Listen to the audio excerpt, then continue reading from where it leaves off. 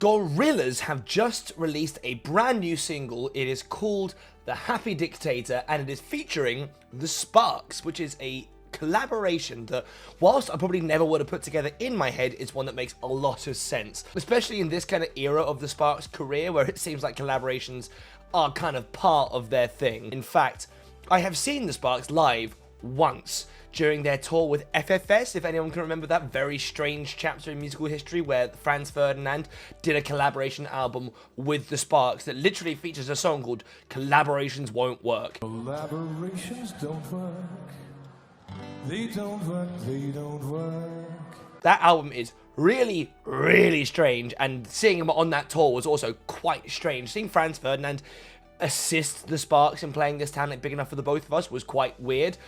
In the same conversation that having the Sparks on stage during Take Me Out was also quite weird, but weird in a good way. So I'm here for any more strange Sparks collaborations. I mean, God, they must be getting on a bit, no? Yeah, I thought so. The guy who's got the Hitler tash, Ron Mail, 80 years of age. That's pretty good going. And admittedly, he kind of, I think he mostly just hunches over the piano and plays badass synth lines, but still, pretty awesome. But anyway, distracted by the Sparks, it's more interesting that we've got a new Gorillaz album on the way, because 2023 had Cracker Island, which to me was Gorillaz' best album in a long time. Probably, to me, their best album since Plastic Beach, because it's sort of OG era, like first 3 albums of Gorillaz sync perfectly with my childhood. First Gorillaz album came out in like 2001, so that would make me 6 at the time, and I have very, very strong childhood memories attached to that album, specifically Clint Eastwood, like I'm sure a lot of people do. Even though I love that revelation recently that keeps on going around in YouTube short form, where it turns out that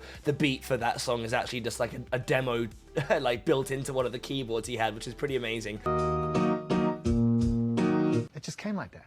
That's it, that's the preset. It's the Rock 1 preset. But anyway, I was a hardcore fan for like the first 3 or so albums, and then I don't know why. I don't know whether or not it also coincided with me kind of changing my genre of sort of preference as I got older, but I really, really fell off for a while. I didn't like quite a lot of the stuff they released. To me, it felt very dependent on collaborations. And I know that's kind of the point of Gorillaz, but too much, and as somebody who was a very much an indie kid and a kind of rock and roll person as a child, did not like how present the rap was. It felt like it was getting more and more present, which is something I'm now way, way more adjusted to. But as a child, I was not happy about that. So, yeah, no, I kind of tuned out for a while. The occasional good track will come out that was, I sort of listened to in isolation. But Cracker Island was amazing. In fact, I have got a video on this channel with me and my pal Alex called Spicy Saucy Song Reviews, in which we did the Hot Ones gauntlet of hot sauces with sausages whilst listening to and trying to review the album Cracker Island. It's quite a fun video. I would recommend checking it out if you can. It's over. That song was okay. It was chill. Right, okay. Try and rate the song out of 10 for me.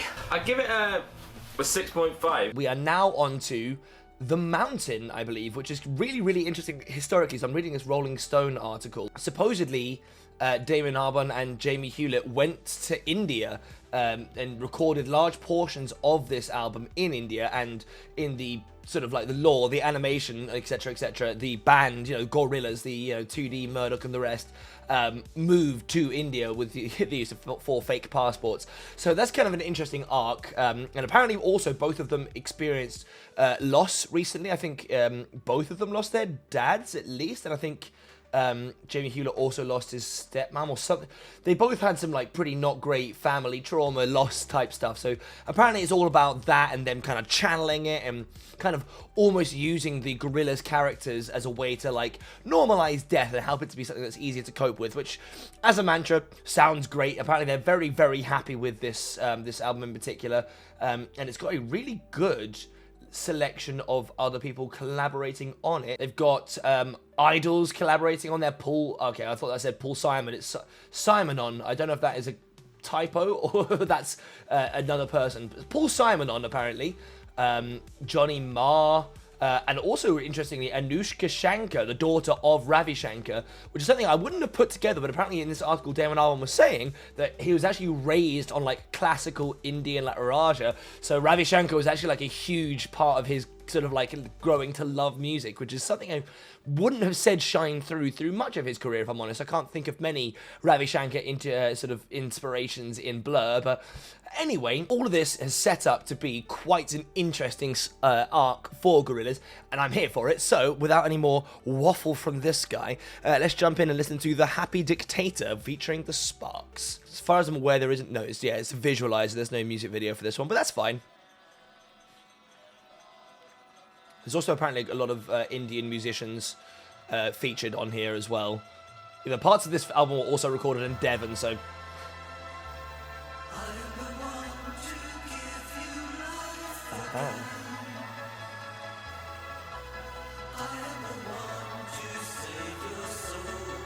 He does have such a strange voice, doesn't he? The guy from the Sparks. It's like almost not good, but it transcends that and gets into this other thing where he has this very like strange diction, but it works really well actually. I could have seen this coming. The sort of like heavy synths and bizarre kind of like high vocal lines are well within the sort of like general scope of Gorillaz. Okay. I like the groove. As the shadows they are forming, come and join me center stage. Okay, this kind of passing back and forward, especially with the like very standard Gorillaz audio effects that are going on to Damon Albarn's voice. It kind of he's got a kind of EQ that is really tightening that in, and then there's a bit of echo and delay, etc. So that kind of like intracellular kind of like sound, and then you've got the Sparks guy, whose name I'm going to have to look up again, otherwise it's going to be embarrassing the entire way through this video. Russell Mael, that's it. To contrast the vocals from Damon Albarn, to have it kind of open up, to have Russell Mael kind of like doing this almost operatic thing in the background as in sort of like comparison to Damon Albarn's basically talking. It's a nice combination. I quite like the way they're passing that forward with quite a funky beat in the background. Heart is full of rage.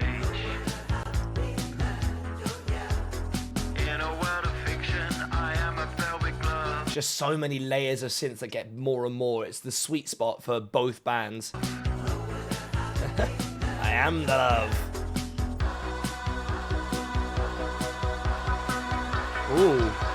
I really like the backing vocals too. I wonder if these are session musicians from India, or, I mean, there are plenty of other places that this was recorded, but I really love the way it kind of gives it this, again, very choral feel to it. It really does actually kind of conjure images of like traveling, I was gonna say, to the Orient. I feel like you probably can't say that anymore. Like a kind of Indiana Jones style explorer kind of coming out and kind of finding out these other cultures and having their kind of like choral stuff in the background whilst he's sort of almost talking you through his navigation. I think the visuals probably really help with this too. I know it's only a visualizer, but having a big rotating globe is definitely conjuring this image together with the audio. See where the devil lies. His pharmacon is with you and your empire is paralyzed. I love, again, that this is building up. The synths are getting more and more interesting. There's like so many layers of this already. We're only a minute and a half in, but that little high-pitched one there, I don't know if it's an actual synth or whether that's a real instrument that is doing like a kind of panpipe or a flute or something like that, but the one that is mirroring Russell's backing vocals there in the other pan is really, really nice. It just kind of, again, it elevates, it escalates. Everything is getting more and more kind of like open and sort of chirpy. Oh, okay. So look There he is, Russell. and let me grant your wish. Oh.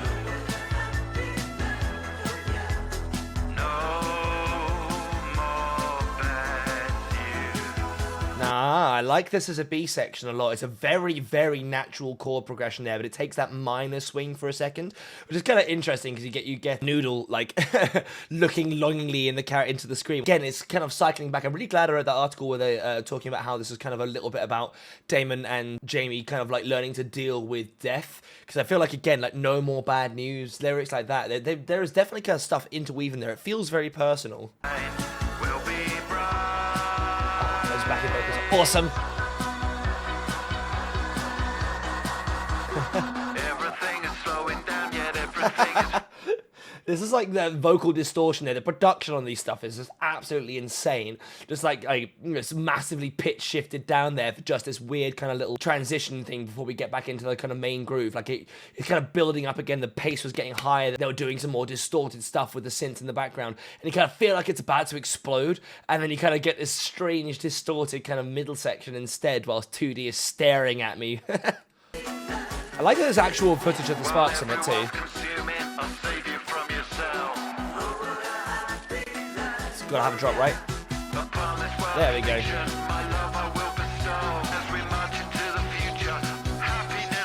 There's so much editing and stuff going on over Damon's vocals, which I guess, again, is kind of part of the charm of Gorillaz in the first place, but it's like every single line has got some different vocal effect or mirroring or something.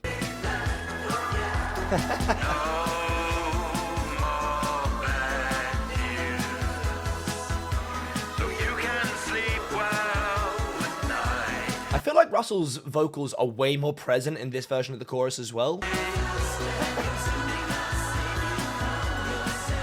Wow.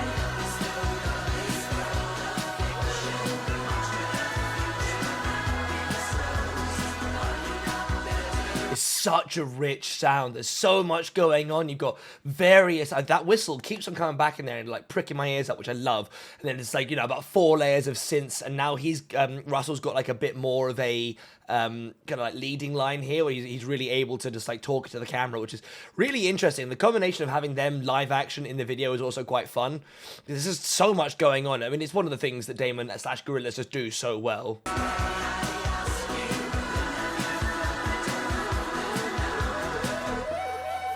Ah, that's an actual flute for shoresies.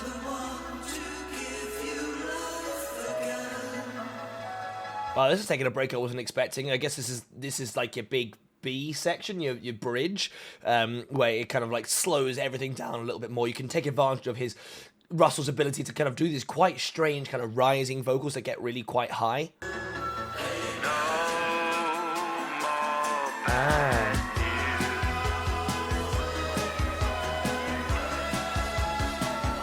I really love that rising piano line that's coming there in the background, mixed in with some even more new, fresh, mad backing vocals. So you can sleep well tonight, and the palace of your mind will be bright. Such a nice image, though. It's like, you can sleep well at night, your palace of your mind will be bright. I love the verbal imagery there. Your mind will be bright.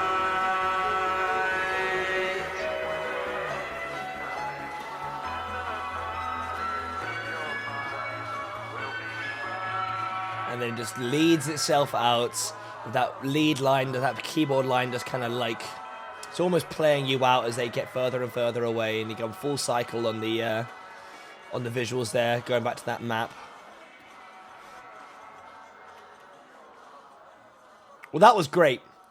I really, really like that. I could have expected that the Sparks would have collaborated nicely with Gorillaz, but it worked even better than I thought. I guess, you know, add synth kings to band where synths are extremely prevalent, and you're going to get super synth, which is kind of what it felt like, but that was great. Just so many layered vocals there. Like, Russell's voice is so malleable in that sense as well, and it's such an interesting contrast because he is so melodic and high-pitched. It's sort of operatic, it's quite showy, and then you got Damon Albarn's vocals, which are often borderline spoken, if not actually spoken, but then I really loved I'm gonna guess it's the chorus, where it kind of takes that minor swing, and Damon sings a little bit more, and it really feels very personal in that regard. So many interesting sound effects. I can't tell how much of that was synthesizer and how much of that was real instruments. I'm getting the feeling that at least some of those pipes were real. I can't tell you how many of them were, but I guess that's kind of part of the charm as well. I've seen music videos that are significantly less interesting than that visualizer. There's still quite a lot going on. I like that the Sparks got to be physically appear in it as well, which is super nice. It definitely did inspire this feeling of traveling around the world, going to deepest, darkest India, battling through the forests and finding new cultures and kind of embracing those things and finding the joy in them, which I can tell, I think, is probably the point. That's where they're coming from. But at this point, this is their 9th album. They absolutely know how to convey those ideas and those images. Jamie Hewlett seemed to make it sound pretty much like he thinks this is one of their best albums, this is one that they've kind of connected with on an emotional level and pushed out. It seemed like to him it was easier, and Damon Albarn just kind of like fobbed it off because that's Damon for you. I definitely feel that connection so far, and I'm very excited to hear some of the other collaborations, specifically the one with Idols. I mean, I'm a big Idols fan to start with, and just the idea of those really, really contrasting sounds kind of like smashing together sounds great. And in fact, you know, the guitarist from Idols collaborated with Florence from Florence and the Machine recently, and that was really great as well. So I'm curious to see how adaptable they are too, but I guess we'll have to wait for that one because I don't think this album is actually coming out until next year, so God knows how frequently we're going to have stuff released and drip-fed to us, even though as far as I'm aware, they have actually already played this album in its entirety live. Let me know in the comments, what do you guys think? Do you think this is a nice, fun, big return for them with a great collaboration, or do you think it's a little bit more kind of derivative of sort of old school Gorillaz sound? Whether that's a bad thing or not, again, up to you. Let me know in the comments. Like, share, subscribe, all that crazy stuff, and I'll catch you guys in the next one.